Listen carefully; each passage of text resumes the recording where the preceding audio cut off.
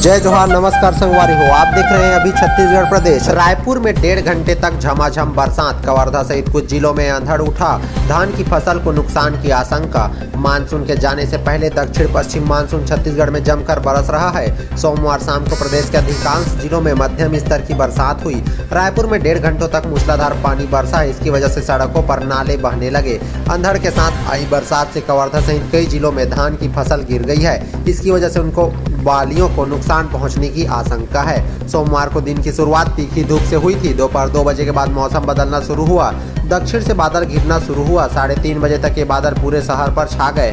3:45 बजे से 5:30 बजे तक मूसलाधार बरसात हुई। इसकी वजह से सड़कों पर विजिबिलिटी बेहद कम हो गई थी। इसकी वजह से सड़कों पर गाड़ियों की आवाजाही भी कम हो गई थी।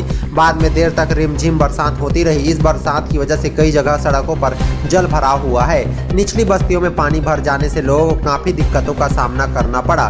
बाजारों में लोगों दुकान नहीं लगा पाए। इसकी वजह से दिक्कतें बढ़ गई है। प्रदेश में सरगुजा और बस्तर संभाग के कुछ जिलों को छोड़कर यह बरसात हर जिले में हुई है। मौसम विज्ञान विभाग का कहना है कि रात में बस्तर संभाग के जिलों में भी तेज बरसात हो सकती है। मौसम विज्ञान विभाग के मुताबिक दक्षिण पश्चिम मानसून की विदाई रेखा लुमडिंग, कैला शहर, बरहामपुर, कानके, बिलासपुर, ब्रह्मपुरी, बुढ़लापा और दहानू तक है। अभी मानसून की विदाई की अनुकूल परिस्थितियां बनी हुई है। इसकी वजह से अगले 2 दिन में प्रदेश के कुछ और भागों में मानसून की विदाई संभव है। मौसम वैज्ञानिक HP चंद्रा ने बताया कि प्रदेश में बंगाल की खाड़ी से पर्याप्त मात्रा में नमी आ रही है, जिसके कारण मध्यम स्तर की बरसात की संभावना कई इलाकों में बनी हुई है। मंगलवार को भी 1-2 स्थानों पर हल्की सी मध्यम वर्षा होने अथवा गरज चमक के साथ छींटे पड़ने की संभावना है। प्रदेश में 1-2 स्थानों पर गरज चमक के साथ वज्रपात भी हो सकता है। लगातार बारिश होते रहने से सब्जियों को खेती को काफी नुकसान पहुंचा है। उद्यानिकी अधिकारियों का कहना है कि सब्जियों की खेती में ज्यादा पानी की आवश्यकता नहीं होती। उसके लिए शुष्क और नमीदार मिट्टी की जरूरत होती है। लगातार बारिश होने से फसलें खराब हो रही। वही धान की फसल को अभी कोई नुकसान नहीं बताया जा रहा है। इसी महीने की बरसात के खतरे अधिक है।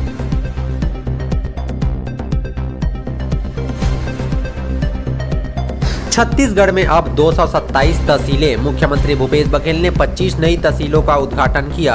अभी और भी तहसीलें प्रस्तावित है। छत्तीसगढ़ में अब से तहसीलों की संख्या बढ़कर 227 हो गई है। मुख्यमंत्री भूपेश बघेल ने सोमवार को 25 नई तहसीलों का वर्चुअल उद्घाटन किया है। इसके साथ ही 10 नए अनुभागों का भी उद्घाटन किया गया। अब प्रदेश में विभागीय राजस्व कार्यालयों की संख्या 108 हो गई है। मुख्यमंत्री निवास में आयोजित समारोह में मुख्यमंत्री ने 25 नवीन तहसीलों मंदिर, हसौद, धरसीवा, बेलरगांव, कोमाखान, सोनाखान, टुंडरा, अमलीपदर, बेलतरा, जरहा गांव, दीपका, मुकड़ेगा, कोटाडोल, पोड़ी, बचरा, औंधी, खड़गांव, साल्हेवारा, लाल बहादुर नगर, मर्री बंगला, देवकर, भिभोरी, नानपुर, भानीपुरी, तोंगपाल, मर्दापाल, धनोरा का उद्घाटन किया है। इन तहसीलों के उद्घाटन के बाद प्रदेश में तहसीलों की संख्या बढ़कर 227 हो गई है। मुख्यमंत्री भूपेश बघेल ने स्वतंत्रता दिवस के भाषण में नई तहसीलों के गठन की घोषणा कर दी थी। बाद में कुछ और जगहों पर तहसीलों की घोषणा हुई है। कुछ उप तहसीलों को तहसील बनाया गया। अभी कबीरधाम जिले में ही 3 नई तहसीलों के गठन की प्रक्रिया चल रही है। इनमें कुकदुर, कुंडा और पिपरिया शामिल है। इनके गठन के बाद तहसीलों की संख्या 230 हो जाएगी।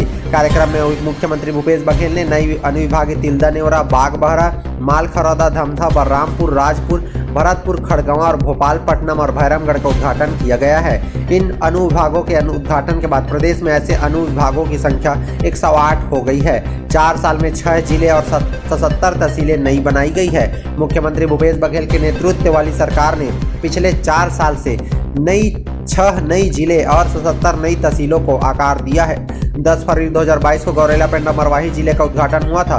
वर्ष 2022 में 5 और नए जिले महेंद्रगढ़, चिरमिरी, भरतपुर, मोहला, मानपुर, अंबागढ़, चौकी, सारंगगढ़, बिलाईगढ़, खैरागढ़, छुईगदान, गंडई और शक्ति का शुभारंभ हुआ। इसके अलावा 77 नई तहसीलें और 19 अनुविभागीय बनाए गए हैं। इन सभी स्थानों पर तहसीलदारों, अनुविभागीय अधिकारियों की पदस्थापना भी हो चुकी है। मुख्यमंत्री बोले, इससे विकास की रफ्तार तेज होगी।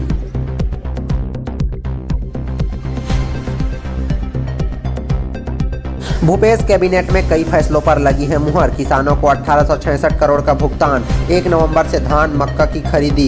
कॉलेज खोलने पर छूट मिलेगी। मुख्यमंत्री भूपेश बघेल की अध्यक्षता में सोमवार को कैबिनेट बैठक में कई महत्वपूर्ण फैसले लिए गए हैं। मुख्यमंत्री भूपेश बघेल ने किसानों को 1866 करोड़ रुपए का भुगतान किया। इसी बीच अरहर, मूंग और उड़द को न्यूनतम समर्थन मूल्य पर खरीदे जाने की घोषणा की है। कैबिनेट बैठक से पहले 2 मिनट का मौन रखकर मनोज मंडावी को श्रद्धांजलि दी गई। मंडावी को याद करते हुए सीएम ने कहा कि एक बहुत अच्छा साथी हमने खोया है। मुख्यमंत्री भूपेश बघेल ने हितग्राहियों को किया 1866 करोड़ का भुगतान किया है। ये भुगतान राजीव गांधी किसान न्याय योजना, गोधन न्याय योजना तथा राजीव गांधी ग्रामीण भूमिहीन कृषि मजदूर न्याय योजना के हितग्राहियों को किया गया है। अरहर, मूंग एवं उड़द की फसलों की बुआई करने वाले किसानों के हित में मुख्यमंत्री भूपेश बघेल का बड़ा निर्णय लेते हुए कहे हैं कि धान खरीदी के बाद अब समर्थन मूल्य में अरहर, मूंग एवं उड़द भी छत्तीसगढ़ सरकार खरीदेगी। अरहर एवं उड़द की फसल न्यूनतम समर्थन मूल्य 6600 रुपये प्रति क्विंटल और मूंग फसल की फसल 7755 रुपये प्रति क्विंटल की दर से खरीदी होगी। मुख्यमंत्री भूपेश बघेल ने राजीव गांधी किसान न्याय योजना की तीसरी किस्त के रूप में प्रदेश के 23,99,615 किसानों को 1745 करोड़ रुपए दिए हैं। राजीव गांधी ग्रामीण भूमिहीन कृषि मजदूर न्याय योजना के तहत 4,66,880 हितग्राहियों को 115 करोड़ 80,32,000 रुपए और गोधन न्याय योजना के हितग्राहियों को 5 करोड़ 59 लाख रुपए की राशि का ऑनलाइन भुगतान किया गया है। आरक्षण पर अभी क्वांटिफाइबल डाटा आयोग की रिपोर्ट का इंतजार करने की बात भी तय हुई है। इसके आधार पर सरकार कोई फैसला करेगी। विधि मंत्री मोहम्मद अकबर ने कहा है कि एससी और एसटी आबादी का डाटा जनगणना की रिपोर्ट में है। क्वांटिफाइबल डाटा आयोग की रिपोर्ट से ओबीसी और ईएसडब्ल्यू की तस्वीर साफ हो जाएगी। इस साल धान की खरीदी 1 नवंबर 2022 से 31 जनवरी 2023 तक समर्थन मूल्य पर धान की खरीदी होगी। इसी प्रकार मक्का की खरीदी 1 नवंबर 2022 से 28 फरवरी 2023 तक की जाएगी। धान उपार्जित क्षेत्र में धान के बदले अन्य फसल लेने पर प्रति एकड़ 10,000 रुपये सहायता राशि उसी खरीफ सीजन के लिए लागू करने की अनुमति दी गई है। गन्ना प्रोत्साहन योजना के क्रियान्वयन के संबंध में निर्णय लिया गया है कि गन्ना प्रोत्साहन राशि 12 करोड़ रुपए का भुगतान किया गया है। वहीं आबकारी विभाग द्वारा आयोजित की जाने वाली आबकारी उप निरीक्षक के पद पर सीमित विभागीय प्रतियोगिता परीक्षा में 2 से अधिक बार परीक्षा में शामिल नहीं होने के प्रावधान को केवल एक बार के लिए छूट प्रदान करने का निर्णय लिया गया है।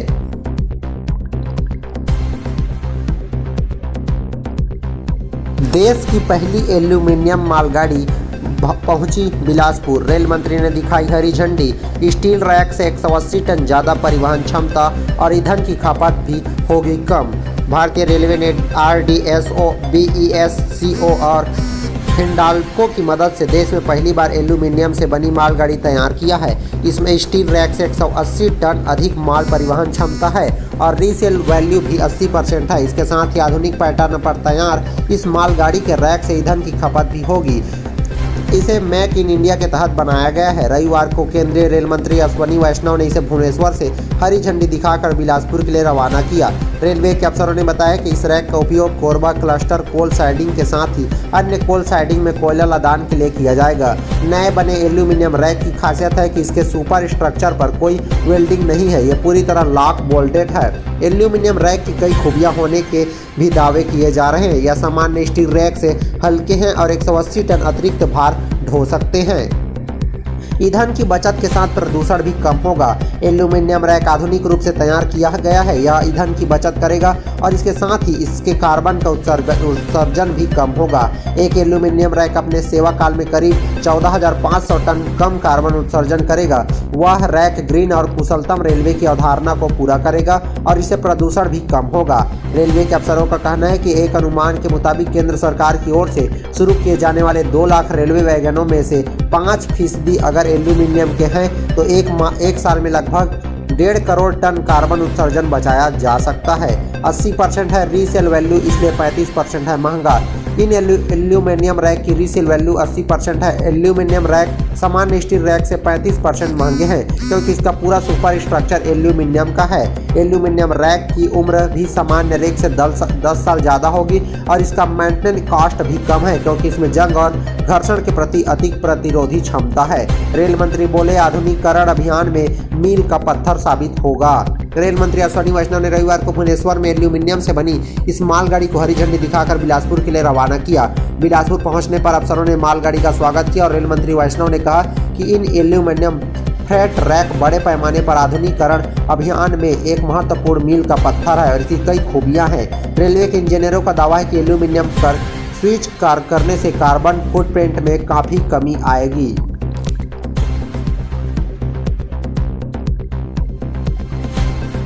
छत्तीसगढ़ के आदिवासी ब्यूटी क्वींस का रैप वॉक मंच पर दिखी।